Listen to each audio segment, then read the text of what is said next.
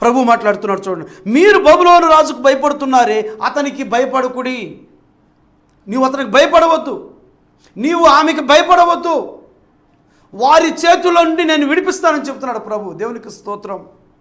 ప్రియ సహోదరి సహోదరుడా, ఈ ఇశ్రాయేలు ప్రజలు భయపడిన రీతిగా నీ ఎదుటున్న వారికి నువ్వు భయపడుతున్నావేమో, నీ మీద అధికారులుగా ఉన్న వారికి నువ్వు భయపడుతున్నావేమో, నీ పైన అధికారులకు నువ్వు భయపడుతున్నావేమో. ప్రభు నీతో మాట్లాడుతున్నాడు. వారి హస్తాల్లో నుంచి ప్రభు నిన్ను విడిపిస్తున్నా అంటున్నాడు. దేవునికి స్తోత్రం.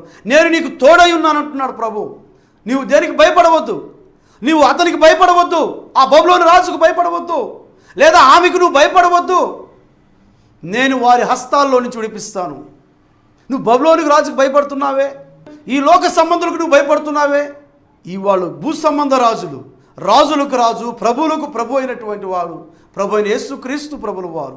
ఆయన యందు విశ్వాసం ఉంచుము, ఆయన యందు నమ్మిక ఉంచు. ప్రభువు నీ జీవితంలో గొప్ప కార్యం జరిగిస్తాడు, అద్భుతం జరిగిస్తాడు. నువ్వు ఎలాంటి కబంధ హస్తాల్లో ఇరుక్కుపోయావో, ఎవరికి నువ్వు భయపడుతున్నావో, ఎవరు నిన్ను ఏమైనా చేస్తారని దిగులు పడి అర్థం కాని పరిస్థితిలో ఉన్నావో, ప్రభువు ప్రియ సహోదరి సహోదరుడా నీతో మాట్లాడుతున్నాడు. వారికి నువ్వు భయపడవద్దు. దేవునికి స్తోత్రం. నేను నీకు తోడై ఉన్నాను, వారి హస్తాల్లో నుంచి నేను విడిపిస్తానంటున్నాడు. దేవునికి స్తోత్రం. నువ్వు దేని గురించి భయపడవద్దు. వారు నీ మీద జాలిపడి నిన్ను విడిపించేటట్టుగా ప్రభు చేస్తాడంట. నువ్వు వారికి భయపడవద్దు.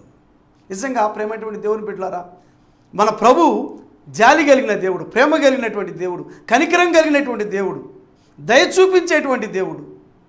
నువ్వు భయపడవద్దు, దిగులు పడవద్దు. నా శత్రువులు వచ్చి ఏమైనా చేస్తారేమని, వాళ్ళు వచ్చి ఏమైనా చేస్తారని, అధికారులు ఏమైనా చేస్తారేమని నువ్వు భయపడవద్దు, దిగులు పడవద్దు. ప్రభు నీకు తోడై ఉన్నాడు. వారి హస్తాల్లో నుంచి ప్రభు నిన్ను విడిపిస్తాడు. నీకు తోడై ఉన్నాడు ఆయన.